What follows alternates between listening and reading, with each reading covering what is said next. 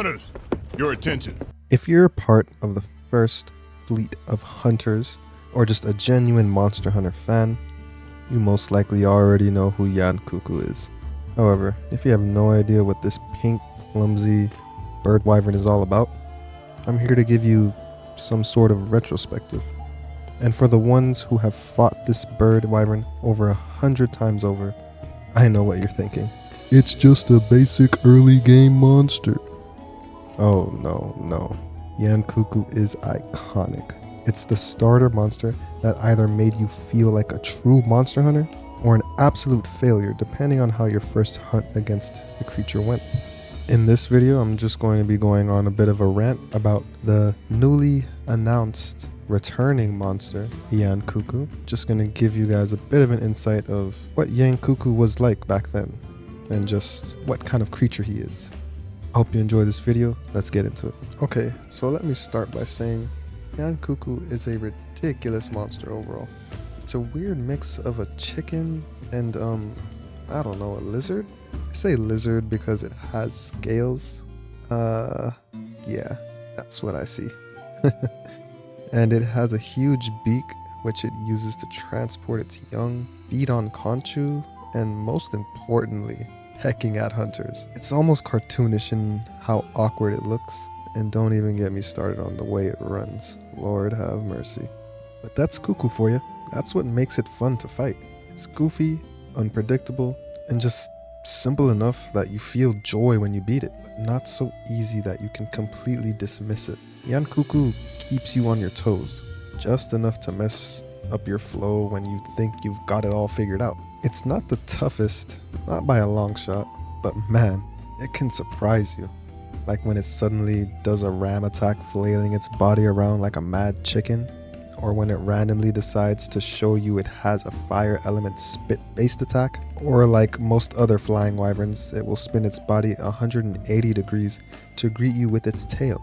Now suddenly, you're stunned, mashing all the buttons on your PSP or controller respectively, trying your hardest to survive. When you're new, you don't expect a pink bird to breathe fire on you. It's hilarious and terrifying at the same time. You know what? I'll say it. Yian Kut-Ku is underrated. Some people might be all about Rathalos, Gore Magala, Zinogre, but Yian Kut-Ku? Nah. It's the unsung hero of the series. It's the one that gives you a first real challenge in the low ranks.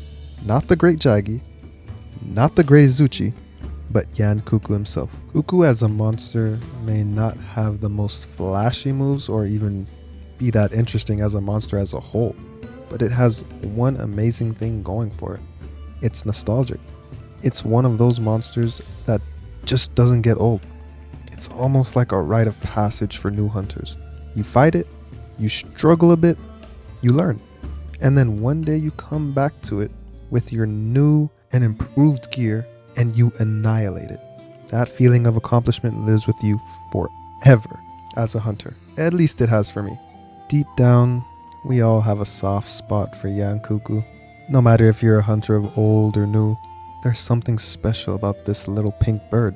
It's annoying in all the best ways. You love it, you hate it.